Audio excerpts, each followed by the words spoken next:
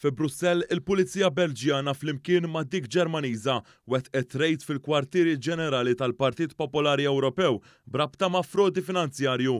Il-Partit Popolari Ewropew huwa il-Partit Ewropew li miegħu huwa affiljat il-Partit Nazzjonalista. Is-sit internazzjonali Eurectiv irrapporta li skont l-ewwel informazzjoni li waslitlu, il-Pulizija Belġjana u Ġermaniża issekwestrat computers mill-ewwel u t-tielet sular tal-kwartieri minħabba allegati frodi imwettaq minn membru tal-istaff tal-IPP.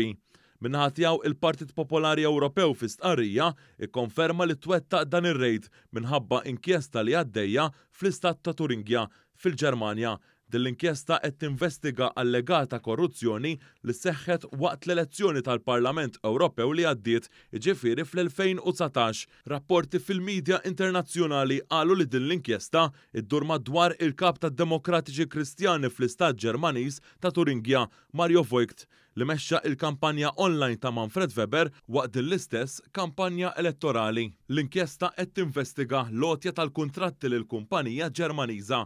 Manfred Weber huwa il-President tal-Partit Popolari Ewropew li fi Brussell jaħdem spalla ma' esponenti ewlenin tal-Partit Nazzjonalista, fosthom l-eks kap nazzjonalista Simon Busuttil u l-membri tal-Parlament Ewropew tal-Partit Nazzjonalista Roberta Metsola u David Casa.